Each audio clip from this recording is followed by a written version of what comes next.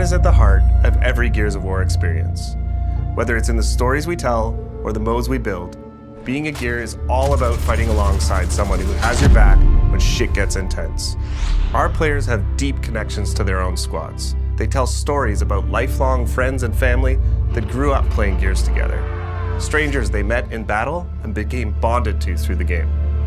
That feeling of fighting side by side is at the center of E-Day's multiplayer modes. And today, we're excited to dive in and show you more. Welcome to Horde Siege. It's an all-new 12-player evolution of Gears' legendary Horde mode. Horde Siege evolves that iconic, back-against-the-wall Horde experience that Gears is known for, with larger, more unpredictable, more cinematic, and more memorable battles for you and your squad. This is 3 squads fighting through their own objectives, crisscrossing with each other through the largest and most immersive multiplayer maps we've ever made. But before you go, you need to choose a class and gear up. Each class has its own tactical gear to match its strategy, as well as progression journey that unlock loadout weapons, armor mods, and tactical gear mods so you can tweak your build to your own personal playstyle. The Assault class is about controlling the battlefield with mid-range weapons while stunning waves of incoming enemies using the Sonic Disruptor. Marksman focuses on precision damage, especially useful with Horde Siege's longer sightlines, while the Pulse Drone attacks Locust units for you and your squad. The Breacher is a point-blank cruiser that pushes hard into the front line to make risky plays, using an adrenaline injector to refill health and reduce incoming damage. And the Medic is a mid-range revive specialist, focused on keeping your squad on their feet while under fire. The Stim Vaporizer revives any gear, even from other squads, within range. Depending on the mission type you've chosen, you'll get a mix of main objectives that will have you moving around the map or hunkering down in a location. These objectives give you more variety than ever before, but they're still focused on the Horde feeling of defending and clearing waves of unique enemy combinations.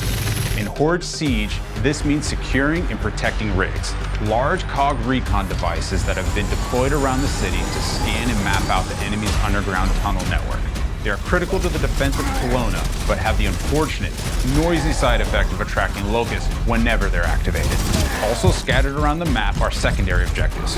Quick, timed side missions like taking out a high-value target, defusing locust explosives, or delivering a power cord to juice up an active rig.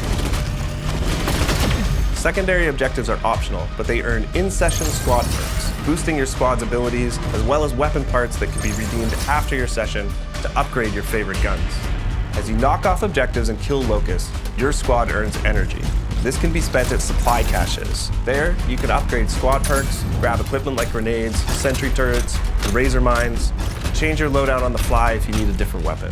Your objectives will often have you cross paths with other squads, and these are really unique kind of magic moments in Siege, like running into another squad's defensive setup and helping take out some of their waves, or when you both get assigned positions near each other, it can set up a joint kill zone. But a huge relief when your whole squad is DB&O'd and you see a group of Gears come sprinting around that corner with a clutch revive. If Command delivers a supply drop, any squad that fights to secure it gets a share of the rewards inside. The first one in gets the best stuff, so it's often a quick decision if you can spare the time and effort while managing your objectives. But the most intense multi-squad action hits when our bigger boss appears on the map and things get even tougher. Invasions can happen at any time during a mission. They add new chaos and challenges to the session, buffing Locust enemies or restricting certain actions until they're defeated. And it can take more than one squad to bring these huge monsters down. These moments of 12 players coming together to take on iconic Locust creatures deliver this great Gears feeling, fighting alongside a group of soldiers to hold the line. And of course, anyone that helps gets even more rewards. That's fucking beautiful! Once your mission objectives are complete, Command sends in your ride so you can extract. You'll fight through one last intense Horde wave to secure the LZ and hold out until your Raven appears. A successful mission will reward you and your squad. While you don't technically all need to make it back to the chopper, your rewards might suffer a bit if you leave your comrades behind.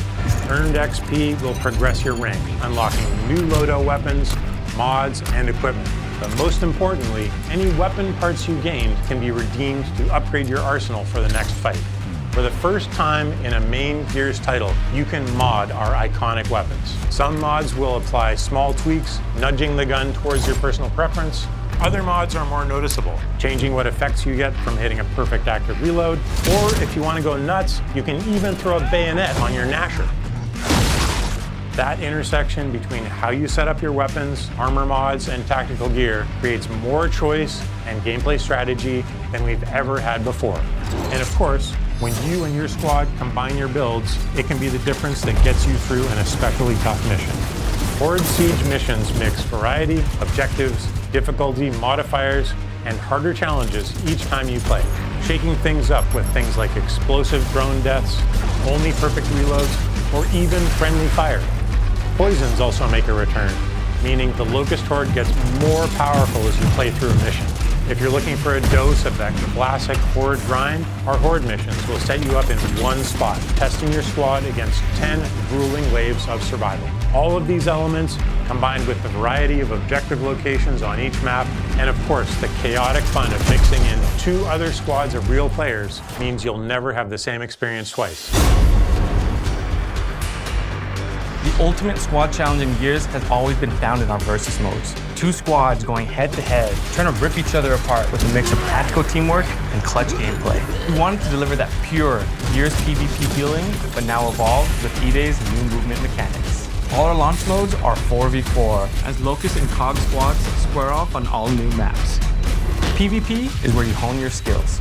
No mods allowed here. Everyone starts with the same loadout, fighting on symmetrical battlefields to claim key weapon spawns across tactical locations. Our launch maps, Park, Battleship, Outpost, Precinct, Market, and Skyward, are all set in and around Kelowna. And they have that classic Gears feel, focusing on cover, fronts and lanes, but with opportunities to use E-Day's new traversal mechanics. We're starting off with a tight set of 4 modes. Team Deathmatch and Conquest, our new King of the Hill mode, will feel familiar, but with some great new updates. And they're joined by 2 new modes. In Demolition, each squad battles over a neutral bomb, and then attempts to plant it at one of 2 of the opposing team's bomb sites. This is Gears PvP battles at their best. 2 fronts colliding, squads coordinating with non-stop action as you constantly flip between attacking and defending. Crucible is a great new mode that revolves around the power core. Whoever holds it gains points, but the scoring zone shrinks and it moves as the round goes on. This means the fight is always coming to you. The power core's one charged shot could strip the flesh right off an enemy, so well-timed defensive play can lock in that win. After launch, we'll be adding in new maps, modes, and events to keep things fresh, including some favorites that we're excited to bring back. Gears of War E-Day is a new game, built from scratch to feel like Gears, play like new. So whether you're a Gears veteran or jumping in for the first time, it was important to us that there was a place to get familiar with the gameplay mechanics. Our short bootcamp tutorial will walk you through the basics, but we've also included a combat training space where you can test out weapons, movement, and even go up against some short Locust encounters to get some reps in. We have pre-made control schemes for all types of players. If none of them fit you perfectly, you can always customize one to your liking. When you're feeling ready to pop some heads, Versus is set up with 2 main ways to play. Jump into social to get into the fight and roll through some matches. Or you can even choose a playlist, play against bots as you continue to train your skills.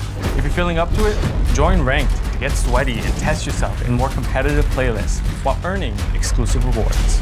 Almost all our character skins are based directly in the lore, themes, and events of the Gears universe. Our legendary skins are a bit more over the top, celebrating gritty and imaginative designs inspired by the vibes of our brand. When it comes to collecting and growing your own collection of customization items in E-Day, we've taken a more old-school inspired approach. That means nearly every single piece of customization in E-Day can be earned by just playing the game. You'll unlock new items through completing seasonal and event challenges, unlocking achievements, and by earning medals from our classic medal system. Everything else can be obtained by completing matches and earning coins, which unlock items in the barracks. We'll have a few things that are pay-only, but they're limited to our premium edition items and charity or partner content like the Ride the Lightning weapon skin set we've created in partnership with Metallica. Every season, we'll grow our lineup of COG and Locust characters, as well as adding new weapon skins, poses, customization elements, challenges, medals, and events. All of this is to say, there's no battle pass, no pay to win, no bullshit. Play what you want, chase the unlocks you think are the coolest, and we'll have themed seasonal updates that bring in loads of new kick-ass content. Horde Siege and Gears Versus. Epic PvE battles and tight PvP combat that deliver on that intense Gears action in a totally new game. So grab your squad and join the fight. Early access to the open beta begins August 6th on Xbox, PC, and Steam. And we can't wait for you to get your hands on Gears of War E-Day. We'll see you on the battlefield.